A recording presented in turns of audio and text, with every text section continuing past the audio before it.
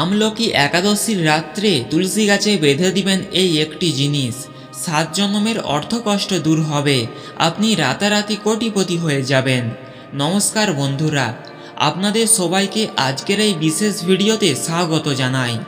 আমরা সবাই জীবনে সুখ চাই, শান্তি চাই, আর চাই অভাবমুক্ত একটা জীবন। কিন্তু অনেক সময় দেখা যায় দিনরাত হাড় ভাঙা খাটুনি খেটেও আমাদের ভাগ্যের চাকা ঘোরে না। পকেটে টাকা এলেও তা জলের মতন বেরিয়ে যায়। শাস্ত্র বলছে এর কারণ হতে পারে আমাদের পূর্বজন্মের কোনো বাধা বা কোনো কর্মফল। কিন্তু ঘাবড়াবেন না, আজকের ভিডিওটি আপনার জন্যই সেই সৌভাগ্যের চাবিকাঠি হতে পারে। আজ আমি আপনাদের এমন এক গোপন কথা বলবো যা এই পবিত্র আমলকি একাদশীর রাতে আপনার ভাগ্য বদলে দিতে পারে। সামান্য একটি জিনিস যা আপনার ঘরেই আছে, সেটি যদি নিয়ম মেনে তুলসী গাছে বেঁধে দিতে পারেন, তাহলে ভগবান বিষ্ণু আর মা লক্ষ্মীর কৃপায় আপনার 7 জন্মের অর্থকষ্ট বা অভাব নিমেষেই কেটে যাবে। আজকের ভিডিওটা 1 সেকেন্ডের জন্য স্কিপ করবেন না, কারণ আজকের এই তথ্য আপনার জীবনকে আমূল বদলে দিতে পারে। বন্ধুরা, প্রথমেই আমাদের জানতে হবে এই আমলকি একাদশী কেন এত স্পেশাল, কেন সাধারণ একাদশীর চেয়ে এই একাদশীর শক্তি এত বেশি। হিন্দু পঞ্জিকা অনুযায়ী ফাল্গুন মাসের শুক্লাপক্ষে এই একাদশীকেই বলা হয় আমলকি একাদশী। শাস্ত্র একে মহাপুণ্যদায়ী তিথি বলা হয়েছে। পদ্মপুরাণ আর ব্রহ্মাণ্ড পুরাণে এই দিনটির কথা খুব সুন্দরভাবে লেখা আছে। গল্পটা খুব চমৎকার। সৃষ্টির শুরুতে যখন ব্রহ্মা বিষ্ণুর ধ্যানে মগ্ন ছিলেন, তখন ব্রহ্মার চোখ থেকে ভক্তি ভরে কয়েক ফোঁটা জল মাটিতে এসে পড়েছিল। সেই চোখের জল থেকেই জন্ম নেয় আমলকি গাছ। আর ভগবান বিষ্ণু নিজে বলেছিলেন, এই গাছের পাতায় আমার বাস থাকবে। তাই বন্ধুরা, এই একাদশীর দিন আমলকি গাছের পুজো করা মানে সরাসরি ভগবান বিষ্ণুর সেবা করা। আর আপনারা তো জানেনই, যেখানে নারায়ণ আছেন সেখানে মা লক্ষ্মী তো থাকবেনই। তাই যারা টাকা পয়সার অভাবে ভুগছেন বা ঋণের দায়ে ডুবে আছেন, তাদের জন্য এই দিনটি হলো একটি আশীর্বাদ। এই দিনে উপবাস থেকে যারা ভগবানকে ডাকেন, তাদের জন্য বৈকুণ্ঠের দরজা খুলে যায়। আপনি কি এই বছর আমলকি একাদশী পালন করছেন? অবশ্যই আমাদের কমেন্টে লিখে জানান। এবার আসি তুলসী গাছের কথায়। আপনি ভাবছেন আমলকি একাদশী, অথচ আমি তুলসী গাছের কথা বলছি কেন? দেখুন বন্ধুরা, আমাদের বাড়ির তুলসী মঞ্চ বা তুলসী গাছ হলো জীবন্ত দেবতা। তুলসী মা স্বয়ং মা লক্ষ্মীর একটি রূপ। শাস্ত্র বলছে, যে বাড়িতে একটা তুলসী গাছের যত্ন করা হয়, সেই বাড়িতে কোনো নেতিবাচক শক্তি বা অলক্ষ্মী ঢুকতে পারে না। তুলসী পাতা ছাড়া নারায়ণ কোনো ভোগ গ্রহণ করেন না। এখন ভাবুন, একাদশীর এই পবিত্র রাতে, সাথে ভগবান বিষ্ণুর প্রিয় আমলকি তিথি। এই সময়ে যদি আপনি মা লক্ষ্মীর রূপ তুলসী দেবীর কাছে একটা বিশেষ প্রার্থনা জানান, তবে কি সেই প্রার্থনা বিফলে যেতে পারে? কখনোই না। আমলকি একাদশীর দিন তুলসী দেবীর পুজো করলে মা লক্ষ্মী প্রসন্ন হন এবং সেই ভক্তের ঘরে অন্ন বস্ত্রের আর কোনোদিন অভাব হয় না। তুলসী তলায় একটা প্রদীপ জ্বালানো মানেই আপনার জীবনের অন্ধকার দূর করার প্রথম ধাপ। আমরা প্রায় বলি আমার ভাগ্যটাই খারাপ। আসলে বন্ধুরা, এই ভাগ্য কিন্তু আমাদের কর্মের ফল। অনেক সময় আমাদের 7 জন্ম আগে কোনো পাপ বা কোনো বাধা আমাদের পিছু ছাড়ে না। অনেক চেষ্টা করেও ব্যবসায় উন্নতি হয় না, চাকরিতে প্রমোশন মিলে না, ঘরে অশান্তি লেগেই থাকে। এই অবস্থাকে শাস্ত্রে বলা হয় দারিদ্র্যের যোগ। তবে সনাতন ধর্মে একটা কথা আছে, ভক্তি দিয়ে ভাগ্য বদলানো যায়। একাদশীর দিনটি হলো সেই সুযোগ যখন আপনি আপনার পুরনো সব খারাপ কর্মফল মুছে ফেলে নতুন করে পথ চলা শুরু করতে পারেন। মনে রাখবেন, ভগবান আপনার দামি গয়না বা টাকা দেখেন না, তিনি দেখেন আপনার ভক্তি। আজকের এই যে একটা জিনিস বাঁধার কথা বলছি তুলসী গাছে, এটা আসলে কোনো টুকটাক নয়। এটা হলো আপনার বিশ্বাসের একটা বন্ধন। আপনি যখন ভক্তি ভরে কিছু করেন, তখন ঈশ্বর বাধ্য হন আপনার দিকে হাত বাড়িয়ে দিতে। এবার নিশ্চয়ই আপনার মনে প্রশ্ন জাগছে, দাদা আসলে সত্যি জিনিসটা কি বাঁধতে হবে তুলসী গাছে? আমি আপনাদের কথা দিচ্ছি, এই জিনিসটা কিনতে আপনাকে হাজার হাজার টাকা খরচা করতে হবে না। এটি কোনো দুষ্প্রাপ্য পাথর নয় বা এটি কোনো জাদুকরি কবচ নয়। এটি আমাদের সবার ঘরেই থাকে। পুজোর ঘরে বা আলমারিতে খুঁজলে আপনি এটা পেয়ে যাবেন। এটি হলো এমন একটি জিনিস যা শুদ্ধতার প্রতীক, যা কোনো কিছুকে জুড়ে রাখার প্রতীক।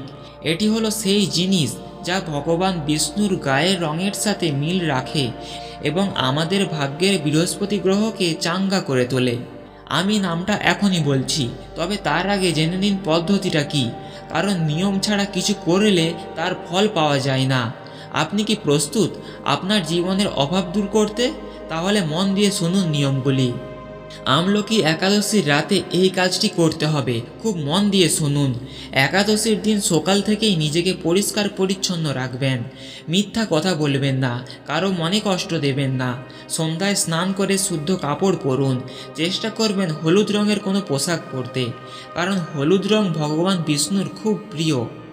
সন্ধ্যার সময় তুলসী তলায় যান, একটি ঘিয়ের প্রদীপ জ্বালান। প্রদীপ জ্বালানোর সময় মনে মনে বলুন, ওং নমো ভাগবতে বাসুদেবায়। এই মন্ত্রটি হলো সকল সমস্যার সমাধান। প্রদীপের সাথে একটা ধূপকাঠি দিন। তুলসী গাছকে 3 বার বা 7 বার গোল করে ঘুরান। মনে মনে প্রার্থনা করুন, মা তুলসী, আমার জীবনের সব অভাব অনটন তুমি দূর করে দাও। আমার ঘরে মা লক্ষ্মীকে তুমি নিয়ে এসো। এরপর শান্ত হয়ে তুলসী তলায় বসুন। তারপর অন্তত 108 বার সেই ওং নমো ভাগবতে বাসুদেবায় মন্ত্রটি জপ করুন। মনে রাখবেন, রাতটা যেন ভক্তিপূর্ণ হয়, কোনো ঝগড়া বা অশান্তি করবেন না। এইবার আসবে সেই মূল কাজ। আপনার হাতে থাকা সেই বিশেষ জিনিসটি বের করুন। এরপর মা তুলসীকে নিজের মনের কথা বলুন। কোনো লুকোছাপা করবেন না। আপনার যা কষ্ট, আপনার যা ঋণ, আপনার যা অভাব, সবটা মায়ের কাছে নিবেদন করুন। এবার আমি সেই জিনিসটার নাম বলছি। সেই একটি জিনিস হলো একটি হলুদ সুতো। হ্যাঁ, মাত্র 1 টুকরো হলুদ সুতো। তবে এটি সাধারণ কোনো সুতো নয়, এটি হলো আপনার সংকল্পের সুতো। কেন হলুদ সুতো? সনাতন শাস্ত্রে হলুদ রং হলো পবিত্রতা, জ্ঞান এবং সমৃদ্ধির প্রতীক। হলুদ রং সরাসরি ভগবান বিষ্ণুর সাথে যুক্ত। আমাদের জ্যোতিষশাস্ত্রে হলুদ রং বৃহস্পতির গ্রহকে শক্তিশালী করে, আর বৃহস্পতি হলো ধন সম্পদের কারক। আমলকি একাদশীর রাতে ওই হলুদ সুতোটি হাতে নিয়ে নিজের মনের কামনা বলুন। তারপর খুব আলতো করে তুলসী গাছের কোনো ডাল বা তুলসী মঞ্চের পাশে বেঁধে দিন। সাবধান, গাছকে কষ্ট দিয়ে খুব জোর করে বাঁধবেন না। সুতোটি বাঁধার সময় মনে করবেন আপনি আপনার জীবনের সমস্ত দুশ্চিন্তা ভগবানের কাছে সঁপে দিলেন। সুতো বাঁধার মানে হলো বন্ধন। আপনি ভগবানের সাথে ভক্তির বন্ধনে জড়িয়ে গেলেন। সুতোটি বাঁধার পর আপনার কাজ হলো নিজের কর্ম করে যাওয়া আর ভগবানের ওপর বিশ্বাস রাখা। আপনি দেখবেন কিছুদিনের মধ্যেই আপনার জীবনের জটগুলো খুলতে শুরু করেছে। অর্থ আসার নতুন রাস্তা তৈরি হবে, ঘরে সুখ ফিরে আসবে। বন্ধুরা, মনে রাখবেন, শাস্ত্র বা ধর্ম আমাদের এতটাই শেখায় যে বিশ্বাসী মেলায় বস্তু, তর্কে বহু দূর। এই হলুদ সুতোটি আসলে আপনার বিশ্বাসের প্রতীক। অনেকে হয়তো এই সুতোটাকে কুসংস্কার বলবে, কিন্তু আপনি যদি মন থেকে বিশ্বাস করেন, তবে ছোট কাজটাই আপনার জীবনে পাহাড় সমান পরিবর্তন আনতে পারে। ধন মানে কিন্তু কেবল ব্যাংক ব্যালেন্স নয়। ধন মানে হলো মনে শান্তি থাকা, রাতে শান্তিতে ঘুমানো আর পরিবারকে নিয়ে হাসি খুশিতে থাকা।